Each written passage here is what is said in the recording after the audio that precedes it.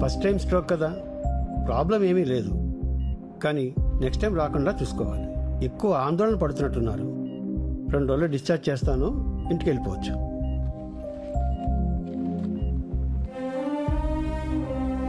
మేము చెప్తే వింటేగా 24 గంటలు తెక్కొట్టేకుంటాడు. ఇప్పుడు చూడే ఏమైందో. అంతా మీ వల్లేరా? మీరెందుకు పనికి రాకపోవటం వల్లే ఆయన ఈ వయసులో కూడా కష్టపడాల్సి వస్తుంది. ఒరే చిన్నాడా, వాళ్ళకి ఎంత చెప్పినా ఉపయోగం లేదు. కానీ వాళ్ళని బయటికి వెళ్ళమను. నీతో ఒక ముఖ్య విషయం మాట్లాడాలి. ఓ పెద్ద పిఠాపురం జమీందారు, మరి 100 ఎకరాలు ఉన్నాయి. సీక్రెట్ గా పనిచేయాలా? తమ్ముడు నువ్వు మొత్తం రాయించుకోరా. ఏంటి తాత, తర్వాత మాట్లాడుకుందాం. ముందు నువ్వు రెస్ట్ తీసుకో. ఒరే, ఆ బైపాస్ రోడ్డు పక్కన మనకి 2 ఎకరాల పొలం. ఆ బైపాస్ రోడ్డు పక్కన మనకు 2 ఎకరాలు ఉంది. ప్రస్తుతం కోర్టులో ఉంది. ఆ విషయం నాకు తెలుసు తాత. దాని గురించి నువ్వు టెన్షన్ పడకు. ఒరే చిన్నోడా, నేను బతుకుతారని నాకు అనిపించట్లేదురా. ఏంటి తాత ఆ మాటలు? నీకో విషయం తెలియాలి. 26 సంవత్సరాల క్రితం, సరిగ్గా నువ్వు పుట్టడానికి 2 రోజుల ముందు, ఊర్లో ఎవరికి బంగారు నగలు చేయాలన్నా మీ నాన్న నేను చాలా నమ్మకంగా చేసేవాళ్ళం. అప్పుడు మీ అమ్మ నిండు గర్భిణి, నువ్వు కడుపులో ఉన్నావు. అదే సమయంలో మా మీద, మా పని మీద ఉన్న నమ్మకంతో ఊరి పెద్దలు గుడికి పిలిపించి హుండీలో వేసిన ముడుపుల బంగారం 100 కాసులు మాకిచ్చి అమ్మవారికి నగలు చేయమన్నారు. మాకు ఆ పని రావడం అమ్మవారి దయ అనుకున్నాం. ఒకరోజు కడుపుతో ఉన్న మీ అమ్మని మీ నాన్న పరీక్ష కోసం ఆసుపత్రికి తీసుకెళ్తుండగా యాక్సిడెంట్ జరిగింది. ఆసుపత్రిలో డాక్టర్స్ 2 తలలకి బలంగా దెబ్బలు తగిలాయి.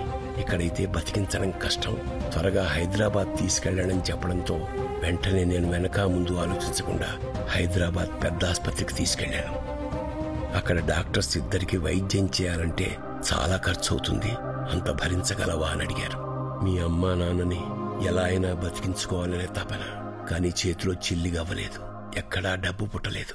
ఇంకా చేసేది లేక అంతా అమ్మవారి మీదే భారం వేసి ఊరు జనం ఇచ్చిన అమ్మవారి ముడుపుల బంగారాన్ని అమ్మేసి ఆ డబ్బు ఆసుపత్రిలో కట్టాను. అక్కడ డాక్టర్స్ చాలా ప్రయత్నించారు, కానీ మీ అమ్మ నాన్న నాకు దక్కలేదు. ఆపరేషన్ చేసి నిన్ను మాత్రం బతికించి నా చేతిలో పెట్టాను. మీ అన్నల్ని నిన్ను తీసుకుని ఊరొచ్చాను. మీ పెంపకం భారం అంతా నా మీద పడింది. నేను భయపడుతున్నట్టే ఓ రోజు ఊరి జనం అమ్మవారి నగలు అడగడానికి వచ్చారు. వాళ్ళకి ఏం చెప్పాలో అర్థం కాలేదు. చెప్తే పరువు పోతుందని భావించి మనసులోనే అమ్మవారికి క్షమాపణలు చెప్పుకుని గిల్టు నగలు చేశాను. భయపడుతూనే ఆ గిల్టు నగలు తీసుకుని గుడికి బయలుదేరాను. నేను చేసిన చాలా పెద్ద తప్పని తెలిసినా వేరే మార్గం లేక నగలు ఊరి పెద్దలకు అప్పగించాను. అవి నిజమైన నగలు అనుకుని ఊరి జనం నా పనితనాన్ని మెచ్చుకుని అమ్మవారికి అలంకరించారు. నాకిప్పటికీ గుర్తే, గిల్టు నగలు ధరిస్తుంటే అమ్మవారికి ఉగ్ర రూపం చూసి నేను తట్టుకోలేకపోయాను.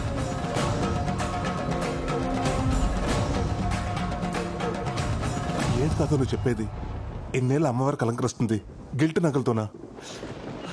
అవునా?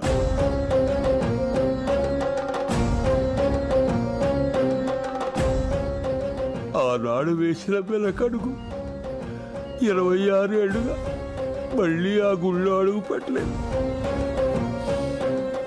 అమ్మవారి ముందు మొహం చూపించాలంటే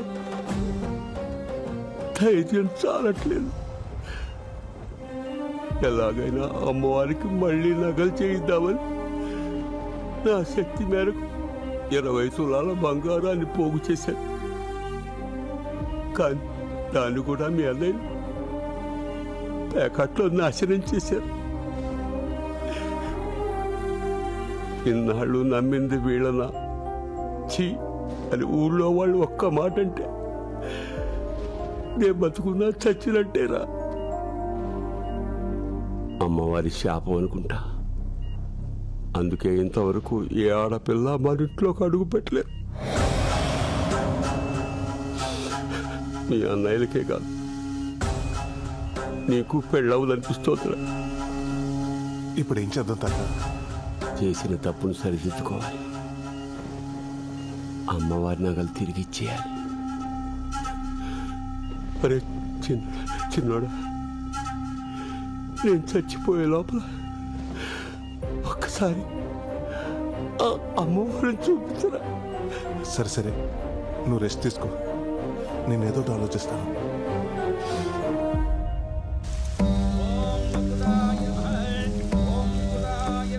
ఏంట్రా నువ్వు చెప్పేది?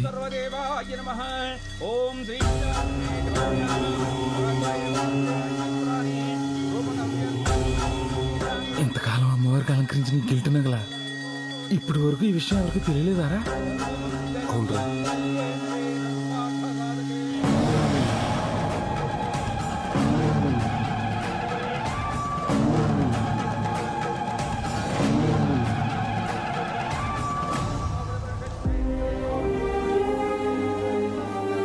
ఇన్నాళ్ళు ఈ విషయం తెలియక అమ్మవారిని మామూలుగానే దర్శనం చేసుకునేవంటరా. కానీ ఇప్పుడు తెలిసాక మా తాతలాగా ఆ అమ్మని చూడాలంటే నాకు కూడా ధైర్యం సరిపోవట్లేదురా. ఎలాగైనా అమ్మవారికి ఒరిజినల్ నగలు చేసి వేసేయాలరా. ఎలారా? 1-2 100 సవర్ల బంగారం, అది ఒక నెలలో. రే, అవతల దేవాదాయ శాఖ వాళ్ళు ఎస్టిమేషన్ కూడా వేస్తున్నారా. ఇవాళ నేను బతికేలా భూమి మీద నిలబడ్డానంటే అమ్మవారి నగలు అమ్మబెట్టే. మా తాత చేసిన తప్పంటే ఆ తప్పులో మా తాత కంటే ఎక్కువ భాగం నాకే ఉంది. అందుకే ఆ నగలు నేనే చేయాలి. ఇది భారం కాదురా, బాధ్యత. అమ్మా, నేనే చేయిస్తాను, మమ్మల్ని క్షమించు తల్లి.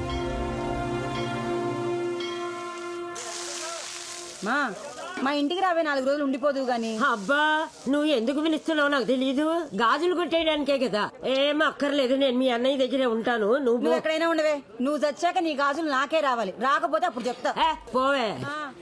దగ్గరే ఉంటా. మరి ఇప్పుడే లాయర్ని కలిసి వస్తాను రా. మన పొలం మన చేతికి రావడానికి ఇంకొక 6 నెలలు పడుతున్నట్టున్నారు. అది అమ్మేసి ఆ నగలు చేద్దాం అనుకున్నాను. ఇప్పుడు అది కూడా కుదిరేలా లేదు.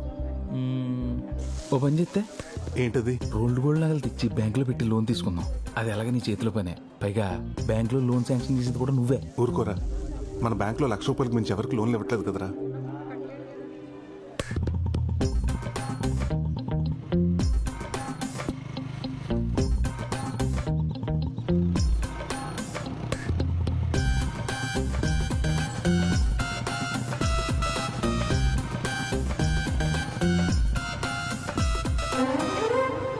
ప్రసాద్, మంగళవారం బ్యాంక్ రమ్మంటావా?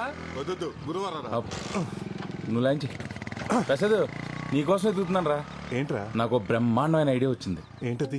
ఇప్పుడు ఆ మేనేజర్ గడు ఏం చేస్తున్నాడు? సువర్ణ వచ్చినప్పుడల్లా ఎవరో ఒకళ్ళు నగలు తీసి దానికి ఇస్తున్నాడు. అదేం చేస్తుంది? మళ్ళీ 3-4 రోజులు పట్టుకుని పెట్టేస్తుంది. అయితే నేనేమంటానంటే, చాలా రోజుల నుంచి తాకట్లో ఉన్న కస్టమర్ నగలన్నీ తీసి అమ్మవారి నగలు చేయించి అలంకరించేద్దాం. విను, ఇంకో 6 నెలలు నీ పొలం చేతికొచ్చేద్దా. వెంటనే అమ్మేసి యాజిటీస్ ఏ నగలైతే తీసినా అన్ని చేంజ్ చేసి లాకర్లో పెట్టేద్దాం. పోరా, జాబ్కే రిస్క్. ఎండోమెంట్స్ వాళ్ళకి తెలిపితే ఫ్యామిలీ రిస్క్ వద్దు, ఆలోచించుకో.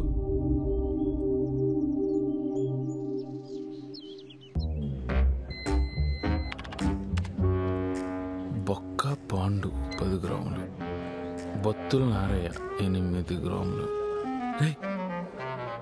పొట్టు నాగరాజు లక్కవరం. వీడికి తెలుసా? బాగా 80 తులాలు పెట్టి 5 ఏళ్ళయింది. నెల టెన్షన్గా వడ్డీ కడుతున్నాడు. సంవత్సరానికి ఒకసారి మార్చి 31 అప్పు రెన్యువల్ చేసుకుంటున్నాడు. ఇక్కడ చూడు, పావల వడ్డీకి క్రాప్ లోన్ తీసుకుని బయట రీల్ జీరోలకి 10 రూపాయల వడ్డీకి ఇవ్వడానికి మరిగాడు. ఇడు ఇప్పుడు ఎప్పుడే రాడు. పద.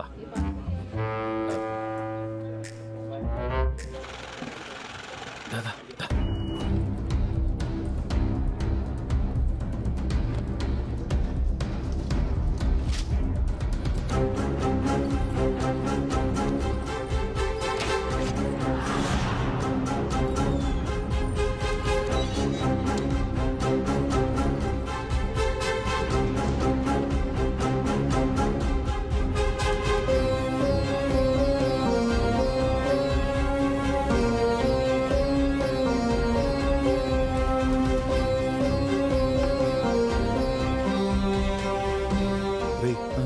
మనకు కావాల్సిన 100 తులాలు, మరి మిగతా 20 తులాలు మా మామ మెళ్ళ ఉంది, లాక్కొస్తానుండు.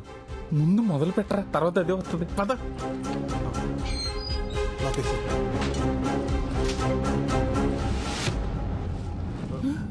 ప్రసాదు, నా నగలు మొదలెట్టావా? నిన్నే కరగబెట్టా. 10 రోజుల్లో ఇచ్చేస్తామన్నమాట. ఏంటక్క ఏవో నగలంటున్నావు? మొన్నేనే ప్రసాద్కి 20 కాసులు బంగారం ఇచ్చాను నగలు చేయమని. ప్రసాద్ కదా బానే చేస్తాడు. దొరికేసిందిరా. అర్థమైంది. కలిపి కలిపి.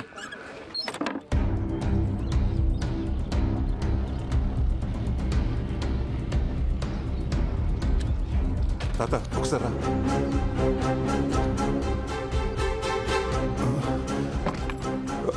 తాత ఆ కండు ఒకసారి పట్టు పట్టు.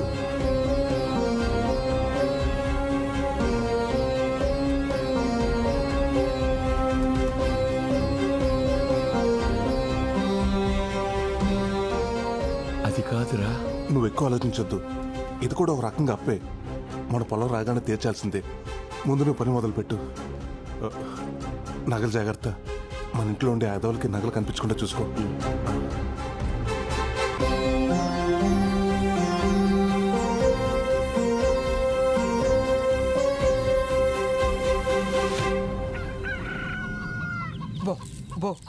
ఆడుతూ పాడుతూ తింటూ ఉంటే అలుపు సొలుపు ఉండదు. ఈ రోజు మీకు పండగే. బాగా తినండి. బోరుడు గుడ్లు పెట్టాలి.